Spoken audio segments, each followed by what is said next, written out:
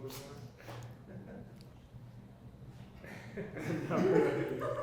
less creepy. Oh, sorry. More usable. Bring it like closer to cheek. Like a phone. Hey, it's Eric Kim. I'm a cooking columnist for the New York Times. And today we're gonna be cooking with leftover rice. I don't think there is any other ingredient that saves me on a weeknight more than leftover white rice. It's a secret to many, many wonderful meals. You know, we grew up with a rice cooker and a bag of rice in the pantry the size of me. Once or twice a year, we would go to the steakhouse down the street and it'd be kind of a special night out, you know? Without fail, we would come home and my father would walk over to the rice cooker, grab a spoonful of that cold rice, and maybe like dip into the seaweed snack or the thing of kimchi. And that was how he kind of finished his meal. Like the steak and potatoes weren't enough to complete him. When I don't have rice, I also feel incomplete. In this video, I'm gonna show you how I like to make a pot of perfect white rice, and then the life cycle of that rice after that first meal.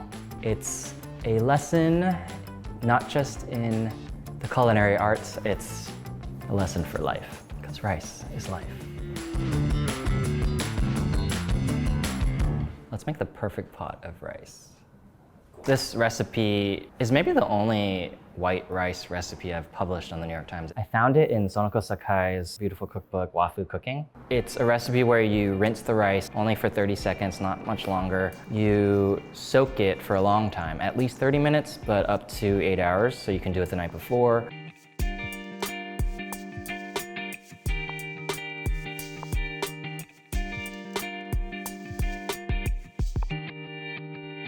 You only simmer it for 15 minutes. After a shorter cook time, you let it rest with the heat off for another 15, and that's the process of the steam still cooking the rice. But then the real trick is, once you lift the lid and you kind of turn the rice, you cover it again, and those final 5 minutes of resting, I don't know why, but like it's what the rice needs to finish plumping up, and what you end up with is the grains are shiny, they're kind of like standing. The grains are individual, but they're very soft.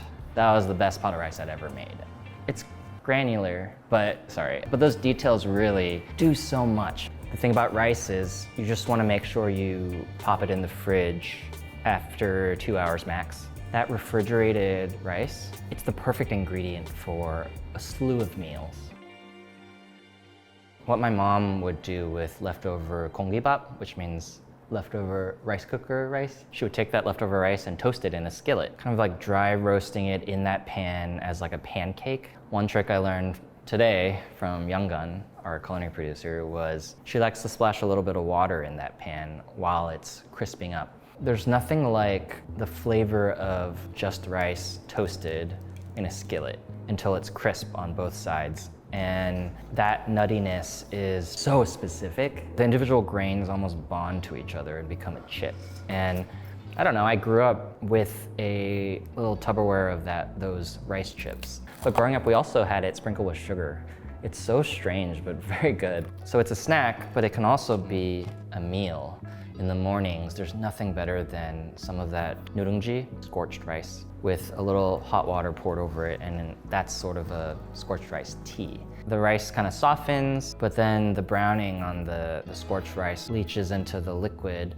Having that scorched rice porridge with a bunch of salty, sweet, crunchy, savory banchan side dishes, each bite of those side dishes really brings out what's great about the rice. The rice is this centrifugal force, it's the landing pad for everything. So this next recipe is my Mayo vegetable fried rice. It's a technique I learned from Brendan Liu, who wrote this beautiful cookbook called Tokyo Up Late. In that book, he has a kimchi natto fried rice recipe where you first rub the rice with mayonnaise, and it was so amazing the way the mayonnaise loosened the grains and made them each like individually lubricated. You end up with a fried rice that doesn't need any oil in the pan. You just mix up all the ingredients you want in a bowl. The rice, onion, some frozen vegetables, corn, and you just tumble that into a hot skillet. The mayonnaise gives you enough fat to really fry the rice and it doesn't splutter any oil anywhere. You get the flavor of the rice toasting and the vegetables. I love this method because it really is, I think, the purest tasting fried rice. It's like one of the best uses of cold, stale rice in your fridge. Sheet pan kimchi fried rice. I had developed many kimchi fried rices in my career, but I knew that I wanted to show a new way of doing it. And I love this method because you get a lot of the crispy rice because you're baking it in the oven. You're tossing the rice in all of the seasonings, gochujang, sesame oil, kimchi juice, soy sauce, a little sugar. The sugar is important.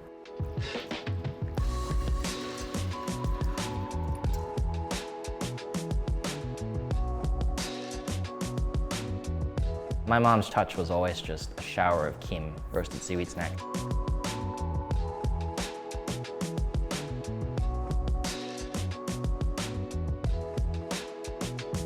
The dry heat of the oven does all the work for you, and whether your rice is fresh and moist or a little more dry and older, that dry heat is really saving the day. But not just that, what makes it a complete meal is you create little divots and crack eggs into those divots, and you bake it for the last 3 to 6 minutes. You end up with eggs that have a wibble wobble. You know that yolk's gonna ooze out. What's better in life than a bite of kimchi fried rice draped in egg yolk? This is a recipe from Sandra A. Gutierrez. She wrote a book called Latinisimo. This is a dish from Guatemala City. It's a recipe adapted by Christina Morales, one of my lovely colleagues at the time. You have these really comforting flavors, corn and a little bit of pimento and lots of scallion. I love this recipe because there's so much scallion and fresh herbs, and it's a really great way to really feed a crowd.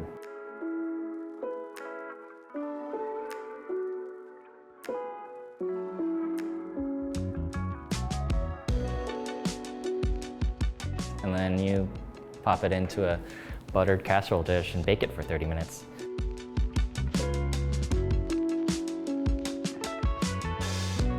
Once it comes out of the oven, the cheese is kind of like gooey and the ingredients have sort of melded, and it's a really comforting dish to have on the table. I like that we're ending on chicken Pllo. This recipe came to me by way of Rodney Scott, the pit master in South Carolina. Oh my God, he's such a good cook. This chicken Pllo is basically a one-pot chicken and rice dish. It has resonances of West African jollof rice and other red rice dishes.